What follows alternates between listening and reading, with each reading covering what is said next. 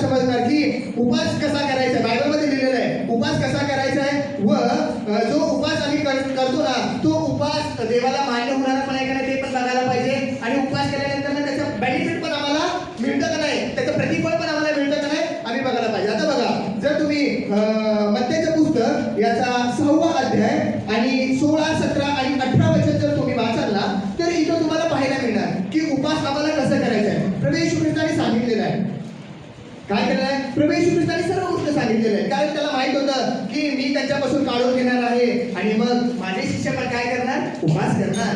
मग उपास करत असताना माझे शिष्य पण शिकायला पाहिजे की त्यांनी कशा पद्धतीने उपास करायला पाहिजे. जसं योहानाचे शिष्य पण उपास करत होते. मग प्रभू येशू ख्रिस्ताने त्याच्या शिष्याला सांगितलं की तुम्ही या पद्धतीने उपास करणार ना तर तुमचा उपास काय होणार, मी मान्य करणार. बघा जर बायबल तुम्ही वाचाल तर तुम्हाला पाहायला मिळणार. वाचा मत्ते 6 अध्याय आणि 16, 17, 18 वचन काय सांगतं बघा. उपास करतो तेव्हा आपल्या डोक्याला तेव्हा तुम्ही काय करायला पाहिजे, जेव्हा तुम्ही उपास करताना पहिलं काय करायचं आम्ही डोक्याला तेल लावायचं. हालेलुया. काय करायचं, डोक्याला तेल लावायचं.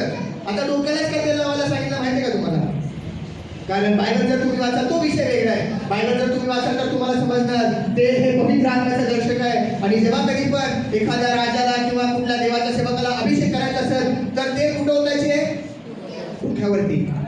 म्हणजे काय, याचा अर्थ काय आहे की उपास करत असताना पवित्र आत्म्याने आम्हाला काय करायचं, भरायचं आहे.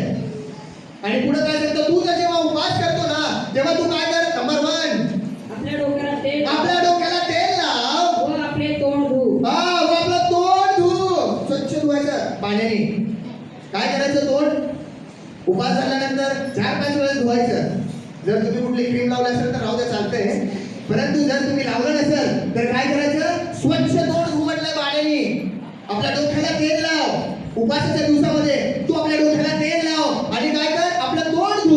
पुढे अशा हेतूने की तू उपास करीत आहेस, तू उपास करत आहे, तुझा उपास आहे, तू उपासामध्ये आहे.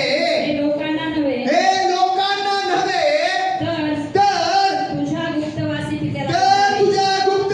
पित्याला तुझा उपास दिसायला पाहिजे. हालेलुया.